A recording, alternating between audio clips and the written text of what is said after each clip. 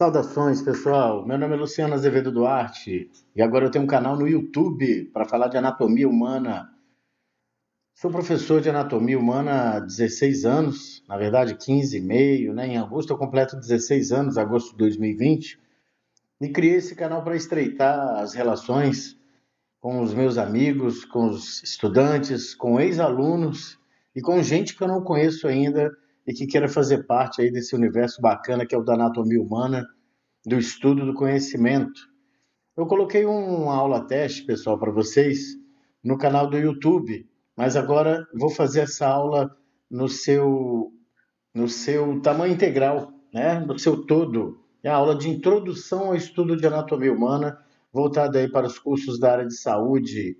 Desde já, peço a vocês que colaborem colocando comentários lá no vídeo, fazendo perguntas. Disponibilizei meu e-mail também para que vocês possam perguntar e nós vamos dirimindo as dúvidas, né, ajustando possíveis sugestões para que haja uma otimicidade nesse canal e nós possamos nos comunicar de forma clara com você. Bom, pessoal, eu, nessa introdução ao estudo do corpo humano, que seria o primeiro capítulo em sala de aula, eu começo aí, vocês notem, falando a respeito da homeostasia. Né? Os seres humanos têm muitas maneiras de manter a homeostasia. Homeostasia, o que é? Estado de relativa estabilidade do ambiente interno do corpo humano. São as demandas fisiológicas ditas normais, o equilíbrio interno, né? A funcionalidade interna do corpo humano em harmonia. Então, eu começo a anatomia humana falando desses aspectos do corpo humano e não só tratando a anatomia humana como uma ciência é, é, tradicionalmente vista como decoreba, de muita terminologia. Não, nós precisamos dar significado ao ensino da anatomia humana, né? Trazendo a anatomia para se associar à funcionalidade, bem como à clínica também. Vejamos aqui, as alterações radicais para a homeostasia frequentemente põem em movimento ciclos corretivos, chamados de sistema de retroalimentação, que ajudam a restabelecer as condições necessárias para a saúde e para a vida. Pessoal, notem que nesse parágrafo, alterações radicais pode se traduzir aí estímulos. Nós somos suscetíveis a estímulos todo o tempo. O estímulo do frio, o estímulo do calor, tato, pressão, dor, olfato, visão, audição, paladar. Somos estimulados o tempo todo. Somos estimulados e temos a glicose aumentando, a glicose abaixando, frequência respiratória, temperatura, frequência cardíaca, elementos, pressão arterial, não esqueçamos, elementos esses que nos mantêm em homeostasia, mas diariamente e o tempo todo nós sofremos alterações radicais e vamos chamar aí de estímulos. Somos estimulados pelo ambiente externo o tempo todo e pelo ambiente interno também. Bom, e aí a boa e velha definição da anatomia. Sempre que formos tratar de algum objeto de estudo, precisamos saber definir.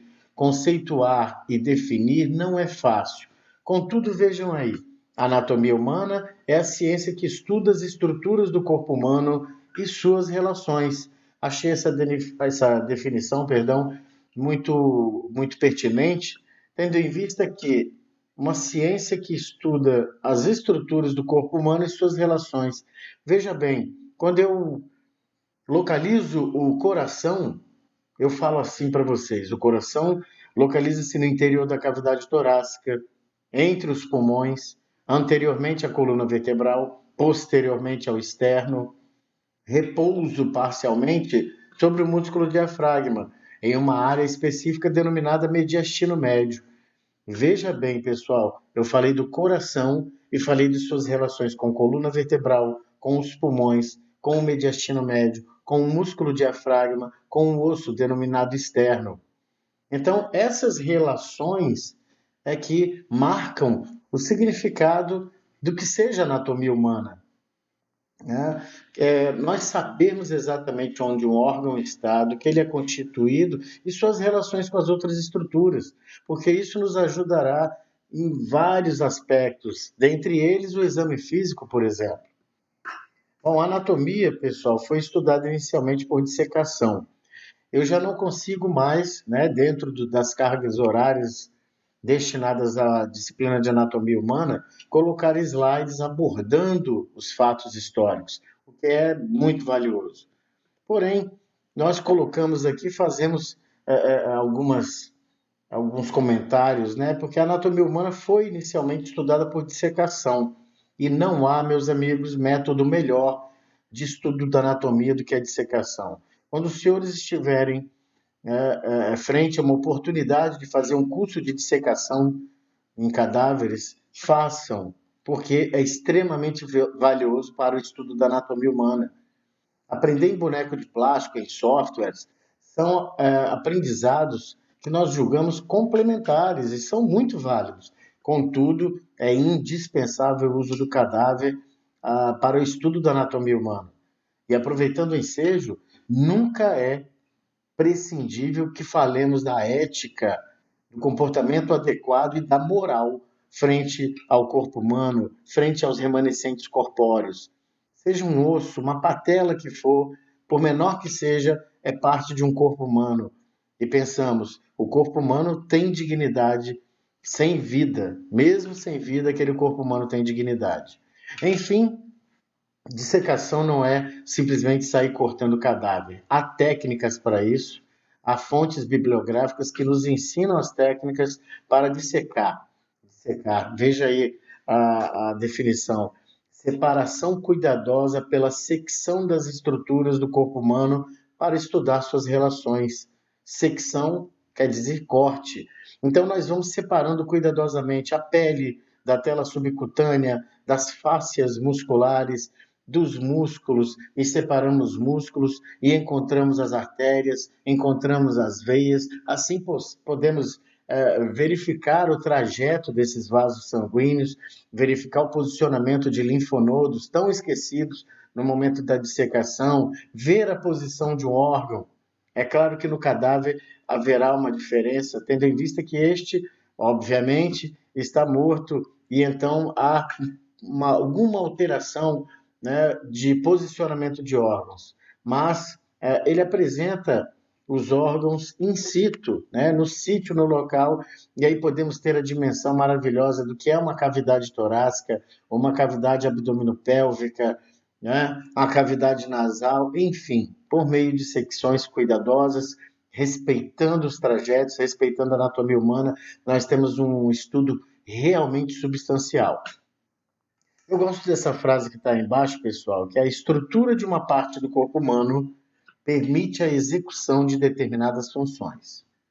A estrutura de uma parte do corpo humano permite a execução de determinadas funções. Isso define como deve ser o estudo da anatomia. Eu não posso dissociar estrutura e função. E também não posso separar a clínica. Veja, eu tenho 5 dedos em cada mão. E cada dedo é diferente um do outro. Por quê? Porque eles servem para exercer funções diferentes. Quando eu penso no coração, aquele órgão cônico, né, de parede muscular interessante, parede essa chamada de miocárdio, o seu formato, a sua estrutura, a sua composição, ela serve, né, para o bombeamento constante de sangue para as diversas partes do corpo humano. Então, o coração é como é, porque serve a uma dada função. Essa seria, então, a tradução dessa frase aí, né? Vejamos alguns exemplos aqui. Estamos vendo aí, pessoal, um crânio e estamos vendo uma articulação do joelho. Bom, pessoal, o crânio, com exceção da mandíbula, que é o único osso móvel do crânio, o crânio tem ossos muito bem articulados, né? Nós conseguimos aqui, por exemplo, perceber uma sutura. Sutura é um tipo de articulação fibrosa. Então, os ossos do crânio são muito bem conectados. Isso serve para uma função. Serve para a proteção do encéfalo, que está no interior do crânio, na chamada cavidade do crânio. Então, a frase anterior expressa isso. Uma estrutura serve para uma determinada função. Ao passo que eu visualizo a articulação do joelho, por que ela assim? Porque há espaços entre os ossos que se articulam. Porque essa articulação servirá para movimento. Por que que os joelhos, estudaremos mais à frente, né, nos chamados côndilos tibiais, porque há meniscos nessa localização aqui que eu marco? Porque os meniscos servem para uma melhor profundidade das faces que estão se articulando e também para a sobrecarga de peso. Pois vocês sabem, a articulação do joelho é uma articulação que sofre muitos impactos, muitas sobrecargas. Então, a articulação aqui, as articulações apresentadas são como são porque se propõem a uma função. Esses outros exemplos aqui, pessoal, nós vemos aqui um alvéolo pulmonar, né, o ponto final de chegada do ar que inspiramos, e aqui, bem coladinho no alvéolo pulmonar, um capilar sanguíneo. Veja aqui à esquerda que o alvéolo pulmonar está agarrado por essa verdadeira rede de capilares sanguíneos. Por que tão coladinho? Primeiro, ambas têm paredes muito finas e permeáveis. Então, o oxigênio que tu inspira, ele não tem problema em chegar na sua corrente sanguínea. E o gás carbônico que o seu corpo produziu, um resíduo metabólico, ele não tem problema em adentrar o alvéolo para então sair por meio da expiração. Ao passo que nessa ilustração nós temos aí a bexiga urinária. O que se destaca morfologicamente, estruturalmente na bexiga urinária? Tem paredes espessas. E por que tem paredes espessas? Para que a urina que se armazena aqui não extravase para a cavidade pélvica. Além de paredes espessas, vale destacar aqui a constituição por musculatura lisa, que além de força, de resistência, tem elasticidade. Então, isso nos dá a possibilidade de armazenar uma quantidade interessante de urina. Nesse tópico aí, pessoal, o que notamos? Notamos a organização estrutural do corpo humano em níveis. Eu preciso entender, como é que o corpo humano se estrutura nos seus diferentes níveis. E percebemos, desde átomos e moléculas, partículas mínimas, até uma pessoa inteira. Porque se você não tem noção de como é que o corpo é constituído e como ele se organiza em níveis, você não vai entender o funcionamento, você não vai entender como esse corpo fica doente, a parte clínica, enfim. Então vejamos, nível químico. Vou fazer, pessoal, essa organização dos níveis, dos níveis estruturais aí do corpo humano, como se eu fosse organizar um livro. A menor partícula de um livro é uma letra. Letras combinadas formam palavras, palavras associadas formam frases, frases constituem parágrafos, parágrafos compõem páginas e páginas compõem um livro. Veja que eu fui desde a menor partícula até o livro inteiro. É o que faremos aqui com o corpo humano. Nível químico, nível básico que inclui átomos e moléculas.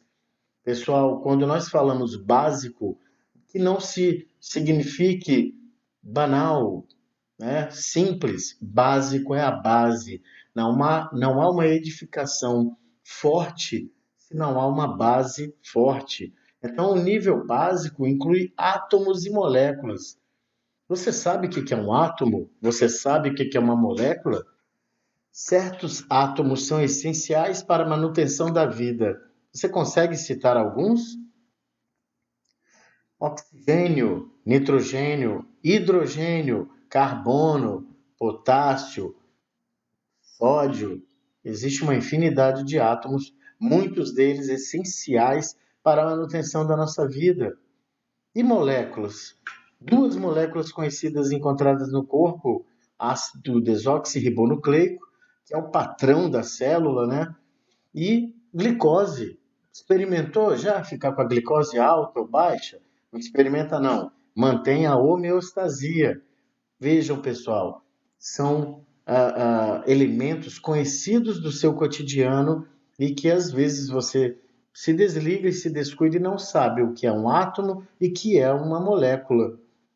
Nível químico. Muitos dos profissionais da área de saúde trabalham diretamente com esse nível. Todos devem ter uma compreensão, né? Porque o nível químico é onde provavelmente você poderá ter início aí de um distúrbio qualquer. Nível celular. Pessoal, no nível celular estão as células. As moléculas se combinam para formar as células. Células que são as unidades funcionais e estruturais básicas de um organismo. As células, meus amigos, são as menores partículas vivas do corpo humano.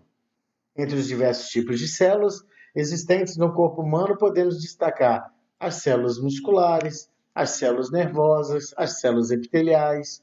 Elas têm especificidades, elas possuem funções específicas nos seus tecidos, nos seus órgãos, nos seus sistemas, enfim. Nível tecidual. Vejamos: átomos, moléculas, células, tecidos. Tecidos são grupos de células mais o material em torno deles que atuam em conjunto para executar uma função específica. Então, vejam bem, tecidos são grupos de células. Eu não posso dar uma definição tão simplória. Por isso nós falamos, tecidos são grupos de células mais o material em torno delas, né, para manter essas células organizadas, né, para atuar em conjunto e executar uma função específica. Nós temos 4 tipos básicos de tecidos no corpo. Tecido epitelial, né, que geralmente é um tecido de revestimento, de secreção. Tecido conjuntivo, um tecido muito interessante, que engloba tecido adiposo, cartilagíneo, ósseo, sanguíneo. Tecido muscular, né, que é um tecido em que se fala músculo, se pensa em movimento. E a gente não pode só pensar em movimento corporal. Existe o movimento do sangue nos nossos vasos sanguíneos, né, propiciados aí pela ação de bomba de um outro músculo, que é o coração. Né? Tecido nervoso, um tecido excitável que, estimulado, produz uma resposta. É o tecido de comando do nosso corpo. Certamente estudaremos posteriormente. Nível orgânico, meus amigos. Diferentes tipos de tecidos se unem e constituem um órgão. Veja aí a definição de órgãos. Órgãos são estruturas compostas de 2 ou mais tipos diferentes de tecidos. Perceberam? Um órgão nunca é formado por um só tipo de tecido. Eles desempenham funções específicas e normalmente possuem formas reconhecíveis, né? Formas, morfologia, anatomia humana. Então, nós temos o útero, que tem um formato de pera invertida. Nós temos o estômago, que dependendo, né, da compleição, do tipo físico do indivíduo, tem o formato de anzol, tem o formato de jota. O duodeno, que é a primeira porção do intestino delgado, parece um C, cuja concavidade se aponta para o lado esquerdo da cavidade abdominal. Então, os órgãos possuem funções específicas e seus formatos que são reconhecíveis ao estudo. Nível sistêmico. Um sistema, pessoal, consiste de órgãos relacionados que possuem uma função comum. Veja bem, pessoal, um sistema consiste de órgãos relacionados. Os órgãos precisam estar relacionados. O sistema digestório é um exemplo do nível sistêmico. Você tem lá boca, faringe, esôfago, estômago, os intestinos, você tem os dentes, a língua, as glândulas salivares, o fígado e o pâncreas, associados a este grande sistema que é o sistema digestório. Né? Perceber, pessoal, que nós seguimos aqui a terminologia anatômica internacional. Quando eu falo de glândulas endócrinas e não sistema endócrino, Eu falo de glândulas que estão em diferentes partes do corpo e não têm uma relação direta, como por exemplo no sistema digestório. Algumas vezes o órgão pode ser participante de mais de um sistema. Eu destaco a laringe, que é um órgão localizado na porção mediana, na região mediana do pescoço e superficial, é um órgão fonatório, bem como é uma via aérea, né? Pertence ao sistema respiratório também. Nível do organismo. Todas as partes do corpo que atuam em conjunto formam o organismo completo. Meus amigos, vocês viram átomos, moléculas, células, tecidos, órgãos, sistemas. Os sistemas, pessoal, contribuem, cada um da sua maneira, para que nós tenhamos a homeostasia. Então, mesmo que estudemos a anatomia humana de forma fragmentada, separada da fisiologia, separada da clínica, nós precisamos ter um entendimento global do que seja o corpo humano. Os sistemas estão funcionantes neste momento em você para que você esteja atento, escutando, concentrado, recorrendo à sua memória, recorrendo à sua cognição, para que você tenha compreensão do que está sendo dito. Certamente você precisará ouvir mais vezes o vídeo e ler o seu livro também. Escreva as palavras, leia as palavras, fale as palavras. Assim, termos desconhecidos passarão a ter conhecimento, passarão a ser familiares ao seu cérebro e você aprenderá. A anatomia humana não é difícil. Nada é difícil quando nós temos a vontade, somos determinados a aprender. São processos complexos, né? Agora, a dificuldade, nós que as criamos. Veja aí, à medida que estudamos cada um dos sistemas do corpo, descobriremos como trabalham em conjunto para manter a saúde, fornecer proteção contra doenças e permitir a reprodução da espécie humana. 3 elementos: manutenção de saúde, defesa imunológica e reprodução.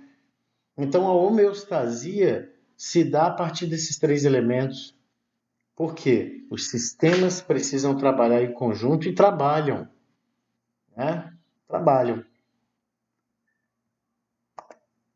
Esse é um resumo, né, pessoal? Essa ilustração é tirada do livro Princípios de Anatomia e Fisiologia, de Gerhard Tortora, e resume tudo o que foi falado. Estes elementos somos nós, organismos inteiros, né, e nossos níveis de organização estrutural. Nível químico, a molécula, né, nível químico com átomos e moléculas, perdão, o nível celular, o nível tecidual, o nível orgânico. Órgãos nunca são constituídos por um só tipo de tecido. O nível sistêmico, perdão, os órgãos estão relacionados para fins específicos e os diversos sistemas do corpo humano trabalhando homeostaticamente para manter esse organismo vivo em condições de se relacionar com o mundo, de se relacionar socialmente, de pensar, de elaborar, de desenvolver e se manter. Aqui eu sempre coloco momento de reflexão. Defina os seguintes termos, faça esse exercício com você mesmo e aprenda o que é um átomo, o que é uma molécula, o que é uma célula, o que é um tecido, o que é um órgão, o que é um sistema, o que é um organismo. É imprescindível que você, estudante da área de saúde, sobretudo, saiba definir esses elementos. E aqui eu pergunto, né, com referência aos sistemas do corpo humano, quais ajudam na eliminação de resíduos? E aí?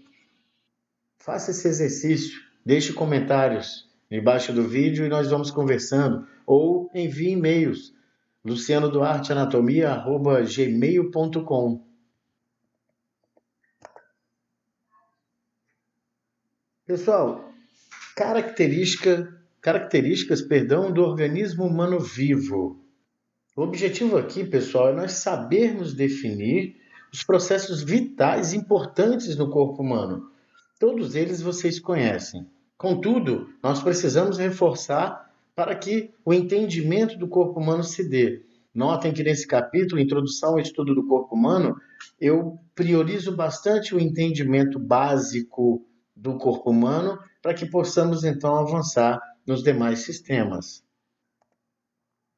Processos básicos da vida, os mais importantes da vida do corpo humano. Vejam aí, metabolismo é a soma de todos os processos químicos que ocorrem no corpo.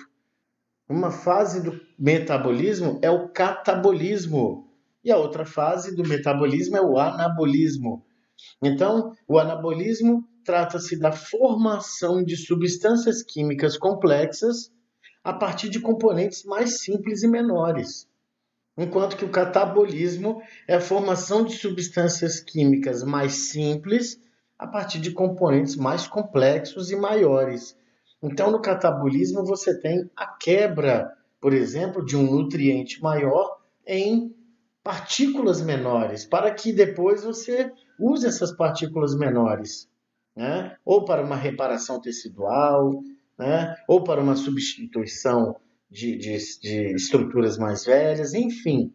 O catabolismo e o anabolismo, eles vão construindo, né? E degradando, e construindo, e remodelando. Por isso o corpo humano é tão dinâmico, porque, de acordo com as nossas necessidades, nós vamos tirando dos alimentos os nutrientes e, junto com o oxigênio, reagindo e constituindo o que nós queremos para o nosso corpo humano.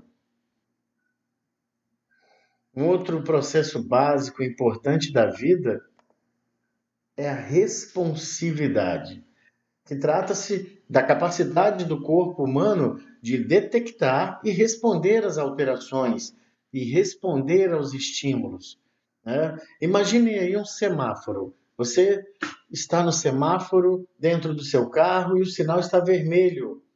Quando o sinal fica verde, você responde. Você faz uma pequena flexão plantar no seu pé e acelera o carro. Isso é muito simples, contudo, há responsividade aí. O estímulo, que é o sinal verde, penetrou seus olhos, chegou ao seu cérebro na área visual, na área que interpreta os sinais visuais, e enviou uma resposta para a periferia do seu corpo. Pisa. Então, notem que aí teremos três funções básicas do sistema nervoso: a sensorial, a integrativa e a motora. Mas isso é assunto para posteriormente. Diferentes células do corpo respondem às alterações ambientais de maneiras características. Como falei para vocês, nosso corpo responde ao frio, ao calor, ao tato, à dor, à vibração, à pressão, ao paladar, ao olfato, à audição. Por quê? Porque nós temos na superfície do nosso corpo e dentro do corpo também receptores sensoriais, os caras que recebem estímulo e transformam isso em informações que serão interpretadas pelo nosso cérebro. Mas isso também será comentado posteriormente. Estamos apenas na introdução ao estudo do corpo humano. Então, recapitulando, processos básicos importantes da vida, o metabolismo, a responsividade, bem como o movimento. E o movimento, meus amigos, não é só o movimento corporal, não só o movimento das estruturas esqueléticas. Inclui o movimento de órgãos individuais. O estômago é um órgão muito móvel, né? Ele é um liquidificador do nosso sistema digestório, se movimentando e misturando o alimento que você engoliu com as diversas secreções que são próprias do estômago. Para quê? Para que haja quebra do alimento, tanto mecanicamente quanto quimicamente, e podemos absorver o que é necessário para nós e eliminarmos os resíduos. Movimento de células isoladas. Vocês sabem, os espermatozoides são muito móveis e precisam ser. É uma qualidade, né, própria do espermatozoide é ser móvel. E aí você pensa, e o ovócito? Ele não tem uma caudinha, ele não se mexe, mas as paredes da tuba uterina ou das tubas uterinas fazem com que os ovócitos possam progredir em direção ao útero. E até mesmo estruturas diminutas no interior das células se movimentam. Quando na disciplina de fisiologia, vocês vão perceber, por exemplo, que átomos entram e saem da célula, e isso é vital para a nossa existência e para o funcionamento das nossas células e, consequentemente, dos nossos tecidos, órgãos, sistemas e organismo inteiro. Movimento. Crescimento também é um processo básico e importante da vida, onde eu defino crescimento como é o aumento das dimensões corporais. Resultante de quê, pessoal? Resultante do aumento do tamanho das células ou há um crescimento pelo aumento do número de células, ou mesmo em ambos os casos. Agora eu preciso saber, aumenta a dimensão corporal por aumento do tamanho das células, eu defino isso como hipertrofia. Hipertrofia, aumento da dimensão corporal resultante do aumento do tamanho das células. E hiperplasia, que seria o aumento da dimensão corporal resultante do aumento do número de células. Hipertrofia e hiperplasia, então, são dois processos diferentes. Diferenciação e reprodução. Na diferenciação, pessoal, falamos que é o desenvolvimento de uma célula a partir de um estado não especializado para o estado especializado. Então, uma célula não tem especialização em nada e ela pode se converter numa célula neuronal, no neurônio, ela pode se converter numa célula hepática, numa célula da pele e por aí vai. Isso me lembra muito o quê? Células-tronco, um dos elementos mais estudados no mundo hoje. Diferenciação. E reprodução? É a formação de novas células para crescimento, para reparo ou mesmo substituição de um tecido. E não simplesmente, esse simplesmente, entre aspas, é claro, a produção de um novo indivíduo. Mas a reprodução pode ser visto como a formação de novas células. Repito, seja para crescimento, reparo ou substituição de um tecido. Então, tivemos aí 6 processos básicos importantes da vida. Quando esses processos, pessoal, quando esses fenômenos deixam de acontecer de forma adequada, o resultado será a morte, seja das células, dos tecidos, e o que pode, consequentemente, levar à morte de um organismo. Bem, pessoal, entramos aí no estudo da anatomia propriamente dita, onde começamos a tratar de especificidades, né, que normalmente a disciplina de anatomia humana traz, não que os elementos que eu trouxe anteriormente não pertençam. Esse é o capítulo de introdução ao estudo do corpo humano. Então, os elementos anteriores são, sim, componentes interessantes para a compreensão do estudo da anatomia humana. Bom, a posição de descrição anatômica, pessoal, é uma posição padrão, existem outras posições, mas na anatomia usa-se a posição de descrição anatômica, que é uma posição na qual nós vamos fazer relações entre as estruturas do corpo humano, e já comentamos isso hoje, né? Relações, eu entender o que está anterior, o que está posterior, o que está mais medial, o que está mais lateral, proximal, distal. Eu vou ter a possibilidade e o conhecimento de saber empregar termos corretos, né, para definir relações entre as partes do corpo humano. Por quê? Porque eu tenho essa posição padrão. Então, na posição anatômica, a pessoa está ereta, ela está em pé, de frente para o observador, com a cabeça nivelada e os olhos voltados para o horizonte. Os pés plantados no chão e direcionados para frente, os membros superiores ao lado do corpo, com as palmas das mãos voltadas para frente. Então, o indivíduo está em pé, com os membros ao longo do corpo, com as palmas das mãos voltadas para frente. Esse é um grande diferencial nessa posição. Então, meus amigos, os senhores profissionais da área de saúde certamente visitarão leitos hospitalares, ou mesmo do lar do paciente, ou paciente em cadeira de rodas, seja qual for a situação e a postura que o paciente está adotando, nós vamos descrever a sua situação baseado na descrição, na posição de descrição anatômica, né? Nós falaremos mais sobre isso posteriormente, né? E aí, qual é a vantagem de se definir uma posição anatômica padrão? A vantagem está na própria pergunta. É padrão. Se é padrão, é uma referência para nós podermos seguir com as nossas descrições. Por exemplo, a palma da mão é a região anterior ou posterior da mão? Ela é a região anterior da mão e isso não muda. Por quê? Porque a posição de descrição anatômica nos mostra isso. Quando eu falei lá no início do vídeo que o coração está posteriormente ao externo, isso não vai mudar. Por quê?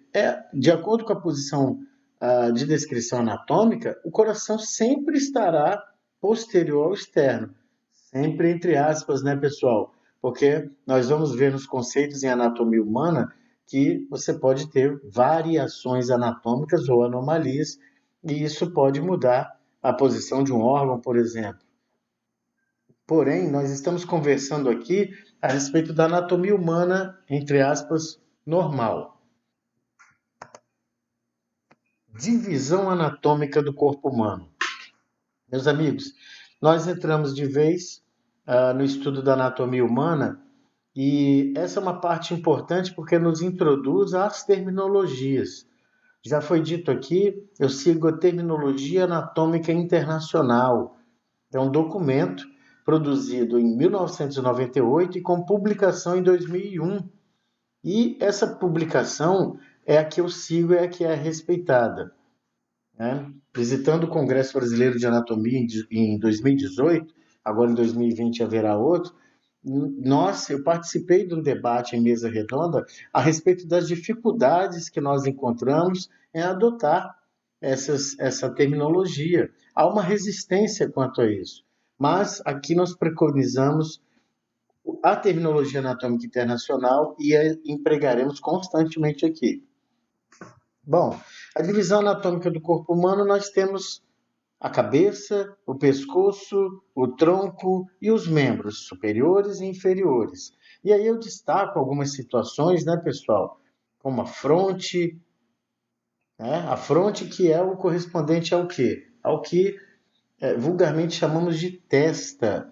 Então, a fronte é a região da cabeça, digamos, imediatamente superior aos olhos, né? É o que nós chamamos aí, leigamente, nós chamamos de testa. Occipital é a região posterior da cabeça, onde inclusive teremos o osso chamado occipital. Então, lá na região posterior da cabeça, pertinho ali da nuca, nós temos a região occipital. Têmpora, que na verdade são têmporas. As têmporas localizam-se na região lateral da cabeça. Então, em ambas as regiões laterais da cabeça, nós temos as têmporas. E ali, justamente, nós vamos ter um osso, denominado temporal, e um músculo também. E orelha? Por que eu coloquei orelha aí? Para nós chamarmos a atenção de que os termos corretos são orelha externa, orelha média e orelha interna. Não mais chamaremos de ouvido, né? Então, o termo correto, orelha externa, orelha média, orelha interna. Na face, nós temos olhos, bochechas é o termo correto, nariz, boca e mento. Eu coloquei o mento aqui pela curiosidade. O mento é a região a que chamamos vulgarmente de queixo. Então, ali você vai ter o músculo mentual, forame mentual, vasos sanguíneos, artéria femoral, perdão, artéria mentual, me desculpem. Então, todos relacionados ao mento. Pescoço, né? O pescoço é uma região muito nobre, né? Que abriga ali músculos, que mantém nossa cabeça posicionada, vasos sanguíneos que vão constituir a circulação sanguínea arterial, chamado círculo arterial do cérebro, grandes veias também que trazem, drenam o sangue do nosso pescoço e da nossa cabeça. O pescoço tem a laringe, tem a traqueia. Então, tem muitas estruturas nobres no pescoço, uma área de secação muito interessante. No tronco, pessoal, nós observamos a parte mais superior do tronco, eu denomino tórax. Né? O tórax, que é uma área vastamente usada para a ausculta, né? A ausculta pulmonar, sobretudo a ausculta cardíaca. O tórax, meus amigos, a parte anterior do tórax, eu posso chamá-la de peito, mas é importante lembrarmos que as duas estruturas as quais as mulheres usam para amamentar são mamas. Homens também têm mamas, menos desenvolvidas, obviamente. Então são mamas, não são peitos e não são seios, são mamas. Vide o nome do exame, mamografia, e não peitografia ou seiografia, não é isso? Então, mamas. Nós temos abdômen. Não é abdômen, pessoal, é abdômen. Atenção com esse nome. Né? Nós vemos largamente a mídia usando, por vezes, alguns profissionais também, mas o termo correto é abdômen. Só voltando um pouquinho, pessoal, se eu adentro o tórax, eu tenho a cavidade torácica. E no abdômen, se eu adentro o abdômen, eu tenho a cavidade abdominal. E a cavidade abdominal, a cavidade torácica tem suas paredes posteriores, anteriores, laterais. No abdômen, por exemplo, os rins ficam na parede posterior do abdômen, um de cada lado da coluna vertebral. Notem que eu estou sempre fazendo relações de estruturas com outras estruturas. Pelve. Pelve não é bacia, é pelve. A pelve, se eu adentro, eu tenho a cavidade pélvica, onde eu encontro a porção final do intestino grosso, bexiga urinária, útero, né? Órgãos genitais internos. Então, a pelve é a região imediatamente abaixo do abdômen. Nós temos ali a articulação denominada sínfise púbica, dorso. Toda a parte posterior do tronco eu denomino dorso. A turma normalmente gosta de chamar costas, né? Já há um hábito, né? E, na verdade, o nome é dorso. E lá você vai encontrar o músculo latíssimo do dorso, né? Dentre outros, se referindo a dorso.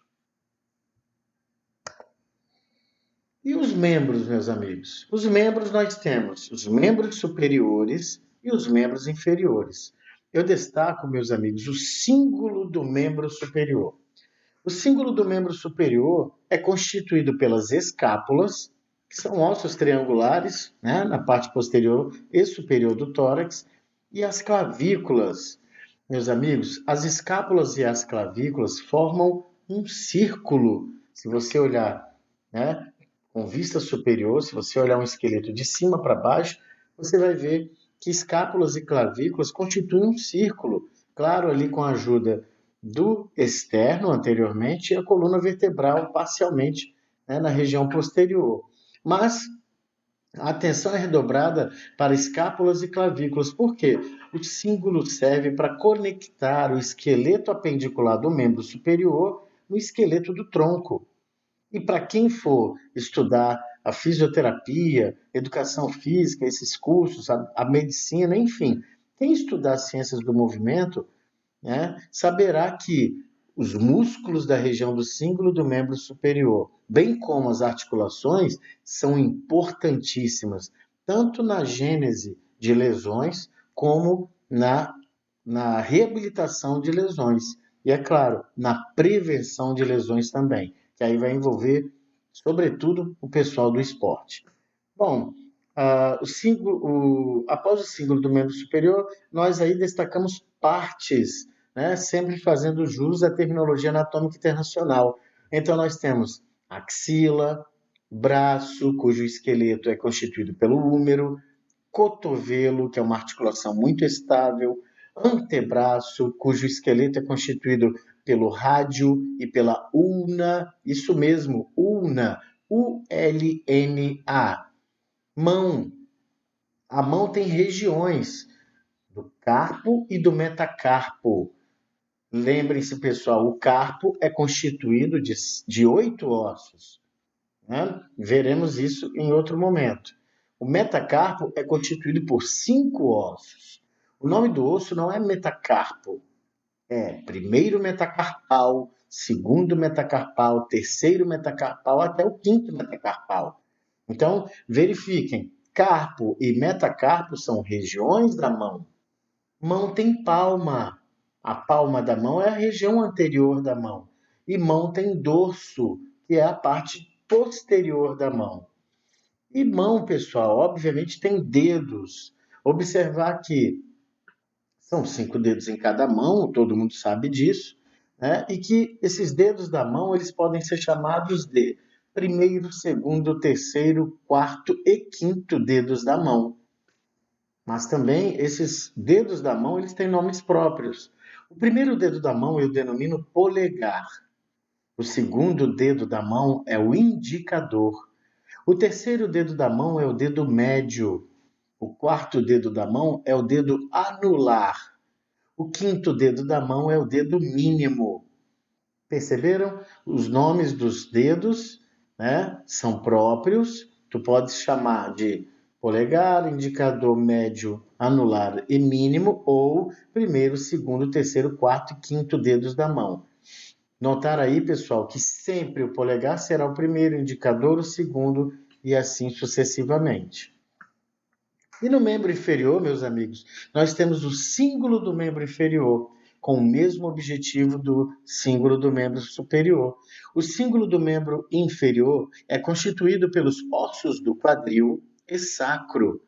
Notem que aí, quando você notar no esqueleto, forma um círculo direitinho, fechado, anteriormente pela sínfise púbica e posteriormente pelo sacro, formando as articulações sacroiliacas.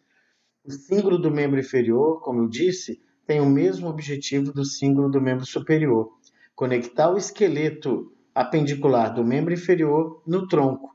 E também para aqueles que vão tratar das ciências do movimento, essa área do símbolo do membro inferior é importantíssima na prevenção, no tratamento, né, e na reabilitação de lesões dos membros inferiores, pé, talo crural, joelho, etc. Bom, o membro inferior tem nádegas, o membro inferior tem quadril. Quadril condiciona-se às duas regiões laterais da pelve. Então, são regiões, né, onde ali geralmente as meninas acumulam tecido adiposo a mais, né, o famoso culote, mas não necessariamente o culote, né? As meninas tendem a ter uma constituição de tecido adiposo maior do que os meninos, tendo em vista os hormônios femininos. Coxa, cujo osso que constitui seu esqueleto é o fêmur, o joelho.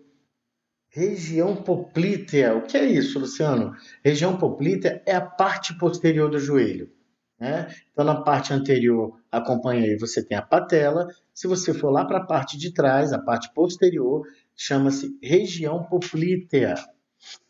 Entre o joelho e o pé, meus amigos, nós temos a perna.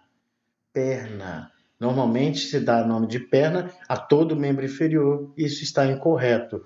Perna é a região entre pé e joelho e constitui-se por, né, o seu esqueleto pela fíbula e pela tíbia. Notem aí uma expressão sura. O que é a sura? É a parte posterior da perna. E você normalmente chama de barriga da perna, batata da perna, panturrilha. O nome correto é sura. O pé, pessoal, o pé tem também regiões: tarso, calcanhar, metatarso. Nós vemos aí, né? Neymar fraturou o quinto metatarso. Não é o correto. Neymar fraturou o quinto metatarsal. Metatarso é a região do pé. Pé tem planta, meus amigos. Pé não tem sola. Quem tem sola é sapato.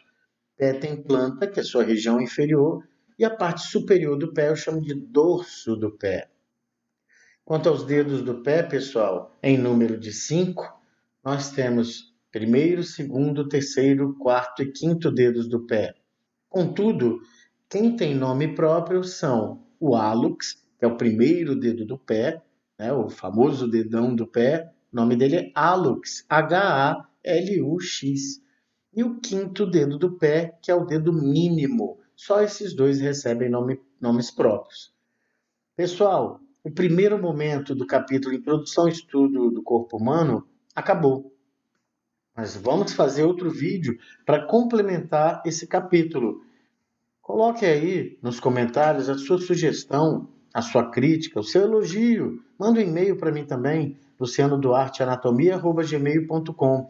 Seus comentários são muito importantes para que nós possamos te contemplar com um material interessante e que vá te ajudar. Tá bom? Um forte abraço, que Deus abençoe todos nós e até a próxima.